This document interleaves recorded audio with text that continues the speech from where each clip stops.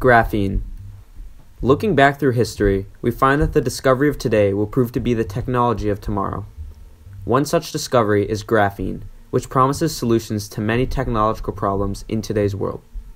For those wondering what this material is and why it is so revolutionary to science as we know it, one must look back to when research on the material first began. Regarded by most people as the pioneer of research in this field, Professor Sir Andre Geim began studying graphene and its transformative properties in his lab 15 years ago in 2004. Using electron microscopes, Geim was able to observe graphene as an isolated single layer of carbon atoms arranged in a hexagonal lattice structure. While graphene was inexplicably thin, it also had the ability to hold its shape and structure at the atomic level.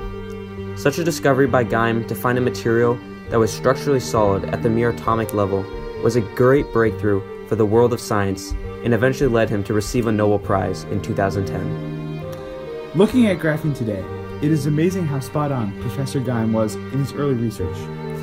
Graphene is, in fact, an isolated single layer of carbon arranged in the same hexagonal structure that he originally observed. Each carbon atom has 3 ligands with 2 single bonds and 1 double bond, which allows for an octet to be achieved for every bonded carbon.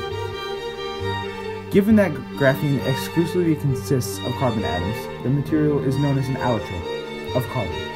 Allotropes, as defined in chemistry, are different physical forms of the same element. For example, in the case of carbon, graphite, diamond, and charcoal are all allotropes of carbon, based on the different bonding characteristics of each material. Due to these bonds, graphene has superior strength. It is extremely lightweight, making it an early candidate for improvements in technologies such as bulletproof vests or tough rubber. Researchers at Rice University fired gold microbolts at a sheet of graphene to test its resistance. Because of graphene's strong bonds and flexible structure, graphene showed stopping power that was roughly 10 times that of steel.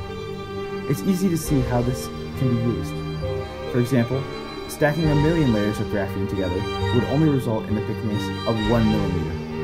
That's why programs such as the Spanish Navy are already experimenting with graphene vests. Incredibly, graphene shows more promise than just helping to keep our police and military members safe. The 1 atom thin layer of carbon has an incredibly high surface area to volume ratio, which allows it to store electricity in previously unknown levels.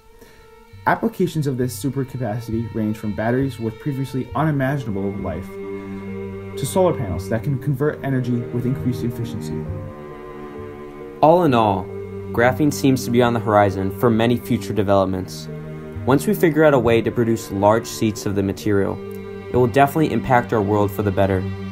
From keeping our loved ones safe to phones that will have battery lives that will last for days, it seems as though graphene will play a major part in our future technology.